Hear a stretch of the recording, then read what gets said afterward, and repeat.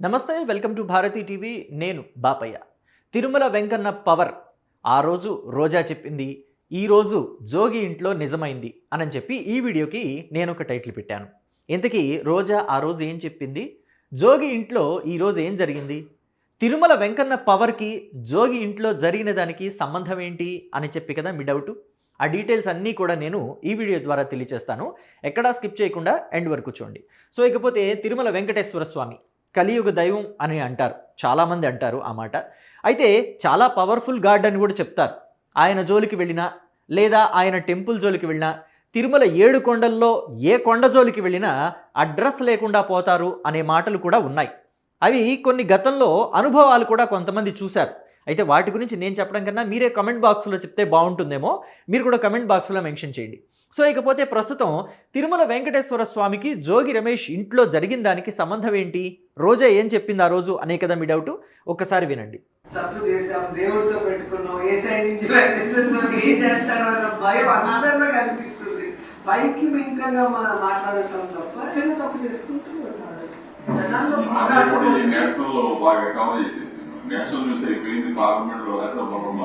జనాల్లో బాగా అర్థమైంది. తిరుమల వెంకటేశ్వర స్వామి లడ్డూ కల్తీ వ్యవహారం ఉంది కదా, అప్పట్లో అది సెన్సేషన్. 2024 ఎన్నికల్లో కూటమి అధికారంలోకి వచ్చిన తర్వాత తిరుమల లడ్డు పూర్తిగా కల్తీమయమైపోయింది. ఎవరెవరినో తీసుకొచ్చి తిరుమల లడ్డు తయారు చేయడానికి నెయ్యి కాంట్రాక్టులు వాళ్ళకి ఇచ్చారు. పూర్తిగా అసలు అది నెయ్యే కాదు, సింథటిక్ నెయ్యి, అందులోనూ యానిమల్ ఫ్యాట్ కూడా కలిసింది అని చెప్పి కూటమి డీటెయిల్స్ అన్నీ కూడా బయటపెట్టింది. ఈవెన్ చంద్రబాబు నాయుడు ముఖ్యమంత్రిగా ఉన్న ఆయన కూడా ఇందులో యానిమల్ ఫ్యాట్ కలిసింది అని చెప్పారు. దాన్ని వైసీపీ వాళ్ళంతా తప్పుపట్టారు.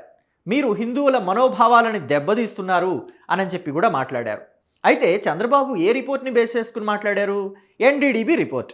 ఎన్డీడీబీ రిపోర్ట్ అంటే ఏంటి, నేషనల్ డైరీ డెవలప్మెంట్ బోర్డు ఇచ్చిన రిపోర్టు.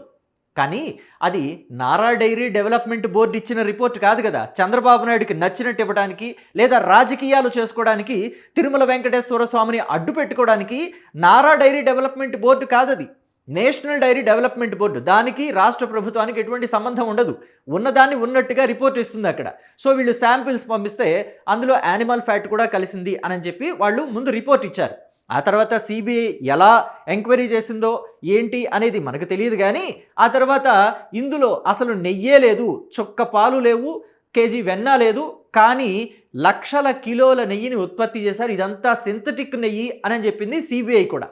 సో మొత్తం మీద ఈ నెయ్యి వ్యవహారం ఒక చాలా పెద్ద రాద్ధాంతానికి దారితీసింది. అయితే తెలుగుదేశం పార్టీ వాళ్ళంతా ఈ తిరుమల కల్తీ లడ్డు వ్యవహారంలో పాపమంతా మీదే, వైసీపీదే అన్నట్టుగా ఫ్లెక్సీలు వేయించారు. ఆ ఫ్లెక్సీల వ్యవహారం ఇంకా పెద్ద రగడకు దారితీసింది. అంబటి రాంబాబు ఆ ఫ్లెక్సీల్ని చించేస్తానంటాం, ఆయన హడావుడి చేయటం.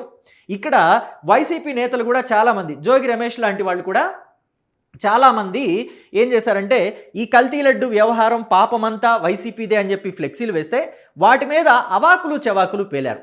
అంటే అసలు లడ్డు గురించి డిస్కస్ చేయకుండా రాజకీయ వ్యవహారాలు మాట్లాడారు. లోకేష్ని తిట్టడం, చంద్రబాబుని తిట్టడం, పవన్ కళ్యాణ్ని తిట్టడం చేశారు. చేస్తే ఆయన ఇంటి మీద కూడా దాడి జరిగింది.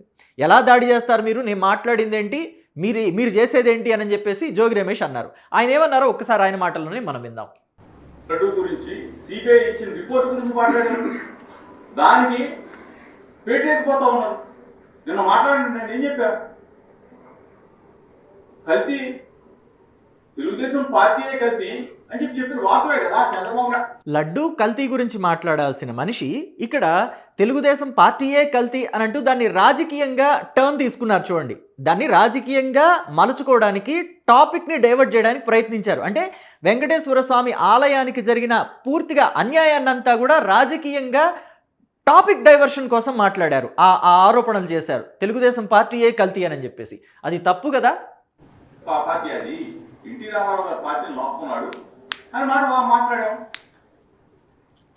లోకేష్ ఒళ్ళు తగ్గింది, కొవ్వు తగ్గింది, కానీ బుర్ర పోయింది, ఇచ్చిపోయి తప్పే ఉంది. ఇవన్నీ కూడా వాస్తవాలే కదా.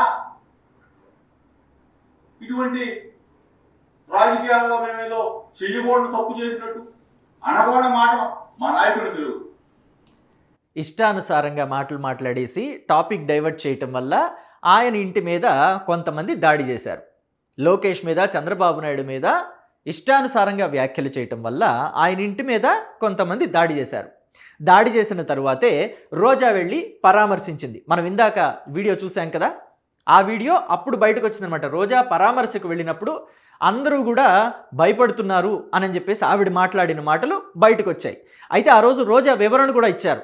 నేను మాట్లాడింది తెలుగుదేశం పార్టీ వాళ్ళ గురించి, తెలుగుదేశం పార్టీ వాళ్ళంతా భయపడుతున్నారు, కానీ నేను మాట్లాడిన మాటల్ని కట్ పేస్ట్ చేసి ఎడిట్ చేసేసి పూర్తిగా ఇది వైసీపీ వాళ్ళవంతా మేము భయపడుతున్నాం అన్నట్టుగా మీరు మాట్లాడారు అని చెప్పేసి చెప్పింది. సో ఎవరు భయపడాలి, ఎవరు భయపడాల్సిన అవసరం లేదు అనేది ఇవాళ తేట తెల్లంగా అర్థమైంది. ఎందుకనంటే జోగి రమేష్ కుమారుడు పూర్తిగా ఇరుక్కుపోయాడు. ఆయన ఇక్కడ వైఎస్ఆర్ కాంగ్రెస్ పార్టీ నాయకుడు ఉన్నారు కదా జోగి రమేష్, ఈయన కుమారుడు పూర్తిగా ఇరుక్కుపోయాడు. తన భార్య మేఘన ఇచ్చిన కంప్లైంట్ వాళ్ళందరినీ కూడా రోడ్డుకు లాగింది. మేఘన తనకి ఇంట్లో అసలు శాంతి లేదు, తనని హత్య చేయడానికి ప్రయత్నిస్తున్నారు, వరకట్న వేధింపులు ఉన్నాయి, అలాగే భర్త కూడా తనతో సరిగా కాపురం చేయటం లేదు అని చెప్పేసి ఆవిడ ఇచ్చిన ఫిర్యాదు ఇప్పుడు సెన్సేషన్కి దారితీసింది. అంటే మనం వెంకటేశ్వర స్వామి మీద ఎలా పడితే అలా అబద్ధాలాడేసి రాజకీయంగా వెంకటేశ్వర స్వామిని కూడా ఉపయోగించుకుందాం, అసలు లడ్డు కల్తీ జరిగిందనే మాటని డైవర్ట్ చేయడానికి ఇక్కడ రాజకీయంగా చంద్రబాబు నాయుడునో లోకేష్నో తిట్టేసి టాపిక్ డైవర్ట్ చేసేద్దాం అని అనుకుంటే అది పొరపాటు అవుతుంది. దేవుడు చూస్తూ ఊరుకోడు. ఇవాళ ఎవరికి తగిన శాస్తి చేయాలి అనేది దేవుడు చేస్తున్నాడు.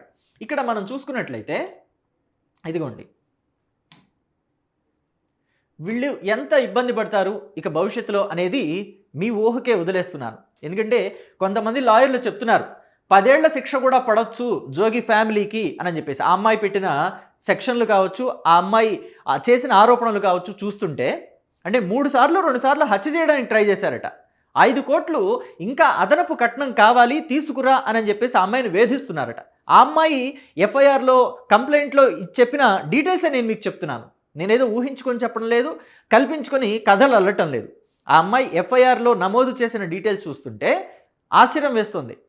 ఇన్ని డబ్బులు సంపాదించుకున్నారు, ఇబ్రహీంపట్నంలో అంత పెద్ద ఇల్లుంది, జోగి రమేష్కి 3 అంతస్తుల మేడుంది, ఇంకా 5 కోట్ల కోసం, ఆఫ్టర్ ఆల్ 5 కోట్ల కోసం ఆయనే తను మంత్రిగా ఉన్నప్పుడు బోలెడంత సంపాదించాడు అని చెప్పేసి ఆయన రాజకీయ ప్రత్యర్థులంతా చెప్తూ ఉంటారు.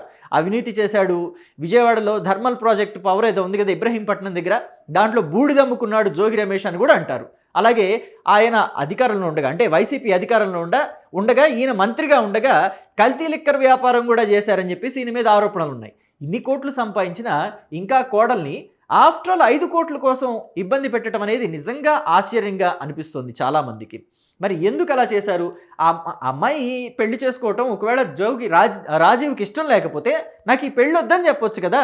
ఆ అమ్మాయితో కాపురం చేయకుండా పెళ్లి చేసుకుని ఇన్నాళ్ళకి ఆ అమ్మాయితో ఒక్కసారి కూడా సఖ్యతగా ఉండకుండా ఆ అమ్మాయిని వేధిస్తూ చివరికి ఇంట్లో పూజలు కూడా చేసుకుని ఇవ్వకుండా ఆ అమ్మాయిని ఇబ్బంది పెడుతున్నారంటే ఇది ఎంత దిగజారుడుతనం, ఎంత రాక్షసత్వం అని చెప్పేసి ఇప్పుడు ప్రజలంతా కూడా మాట్లాడుకుంటున్నారు.